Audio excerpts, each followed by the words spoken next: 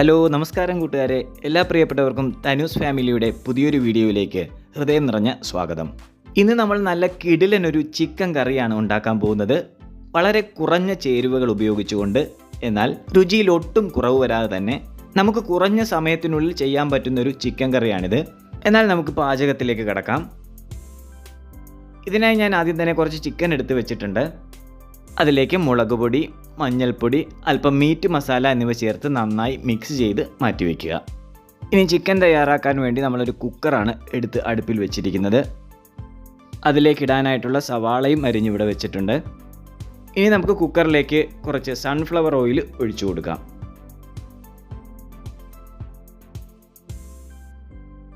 എണ്ണയൊന്ന് ചൂടായി വരുമ്പോഴത്തേക്ക് നമുക്ക് അരിഞ്ഞു വെച്ചിരിക്കുന്ന സവാള കുക്കറിലേക്ക് ഇട്ട് കൊടുക്കാം.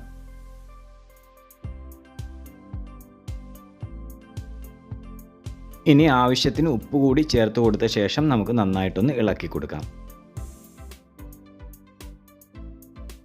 ഇനി സവാള നന്നായിട്ടൊന്ന് വഴണ്ട് വരേണ്ടതുണ്ട്.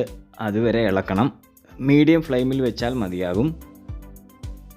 ഇതേ സമയം നമ്മളൊരു മിക്സിയുടെ ജാർ എടുത്തിട്ട് അതിലേക്ക് 2 പച്ചമുളക്, ഒരു കഷ്ണം ഇഞ്ചി, വെളുത്തുള്ളി 5-6 അല്ലി, കറുവാപ്പട്ട, ഗ്രാമ്പൂ 4 ഏലയ്ക്ക 1, കുറച്ച് പെരിഞ്ജീരകം എന്നിവ ചേർത്ത് മിക്സിയിലൊന്ന് ചതച്ചെടുക്കുക.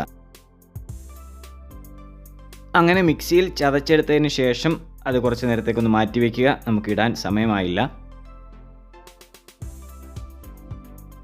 അടുപ്പിലിരിക്കുന്ന സവാള നമുക്ക് വെന്തോന്നൊന്ന് നോക്കണം.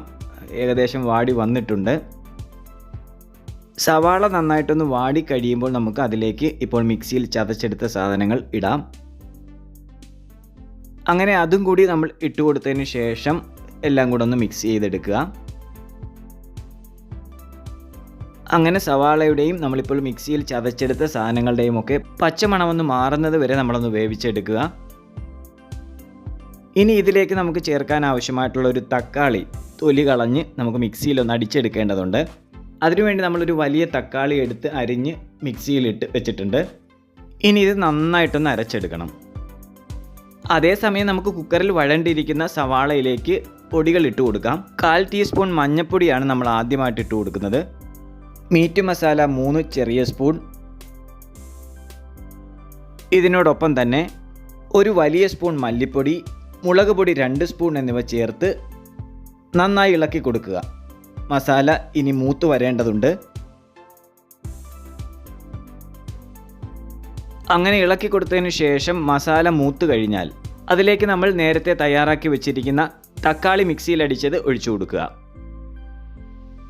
കുറച്ച് കറിവേപ്പില കൂടെ നമ്മൾ ഇട്ട് കൊടുക്കുന്നുണ്ട്. എന്നിട്ട് എല്ലാം കൂടെ നന്നായിട്ടൊന്ന് ഇളക്കി കൊടുക്കുക. ഇളക്കി നന്നായിട്ട് യോജിപ്പിക്കുക. അങ്ങനെ എല്ലാം കൂടി നന്നായിട്ട് മിക്സായി കഴിഞ്ഞാൽ, നല്ല ക്രീമി പരുവത്തിൽ എത്തിക്കഴിഞ്ഞാൽ നമുക്കിതിലേക്കിനി ചിക്കൻ ഇട്ട് കൊടുക്കാം. ചിക്കൻ കൂടി ഇട്ട് കൊടുത്തതിന് ശേഷം ഇനി എല്ലാം കൂടെ ഒന്ന് നന്നായിട്ട് ഇളക്കി മിക്സ് ചെയ്യുക. നമ്മുടെ മസാലയും ചിക്കനും എല്ലാം കൂടെ നന്നായിട്ട് പിടിക്കണം. കുറച്ച് ഉപ്പും കൂടി ഇട്ട് കൊടുക്കാം. ഉപ്പ് ഇട്ട് കൊടുത്തുകൊണ്ട് തന്നെ ഒന്നെല്ലാം കൂടെ ഒന്ന് വീണ്ടും മിക്സ് ചെയ്യേണ്ടി വരും. വളരെ ലളിതമായിട്ടുള്ള ചേരുവകളും മറ്റും മാത്രമേ നമ്മൾ ഇതിനകത്ത് ചേർത്തിട്ടുള്ളൂ. എല്ലാവർക്കും ചെയ്യാൻ പറ്റുന്ന രീതിയിലുള്ളൊരു ചിക്കൻ കറിയാണിത്.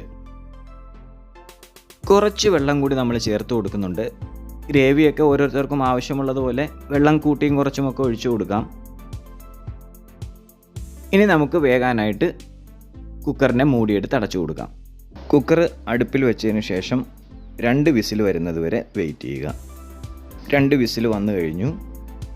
അങ്ങനെ ചിക്കനൊക്കെ വെന്ത് കഴിയുമ്പോൾ നമ്മൾ കുക്കർ എടുത്ത് താഴെ വെച്ച് മൂടി തുറന്ന് നോക്കുകയാണ്. ആഹാ, എന്താ സ്മെല്ല്! ഞാൻ വെറുതെ പറയുകയല്ല, നിങ്ങളിത് ചെയ്ത് നോക്കുമ്പോൾ നിങ്ങൾക്കിതിൻ്റെ മണവും രുചിയും ഗുണവും ഒക്കെ മനസ്സിലാവും. വളരെ ലളിതമായി കുറഞ്ഞ ചേരുവകളാൽ ഉണ്ടാക്കിയെടുക്കാൻ പറ്റുന്ന സൂപ്പർ ഒരു ചിക്കൻ കറിയാണിത്. എല്ലാവരും നിങ്ങളുടെ വീടുകളിൽ ഇതൊന്ന് ട്രൈ ചെയ്ത് നോക്കണം. മസ്റ്റായിട്ടും ട്രൈ ചെയ്ത് നോക്കണം. എന്നിട്ട് നിങ്ങളുടെ അഭിപ്രായങ്ങൾ നമ്മുടെ കമൻറ്റ് ബോക്സിൽ രേഖപ്പെടുത്തുകയും വേണം.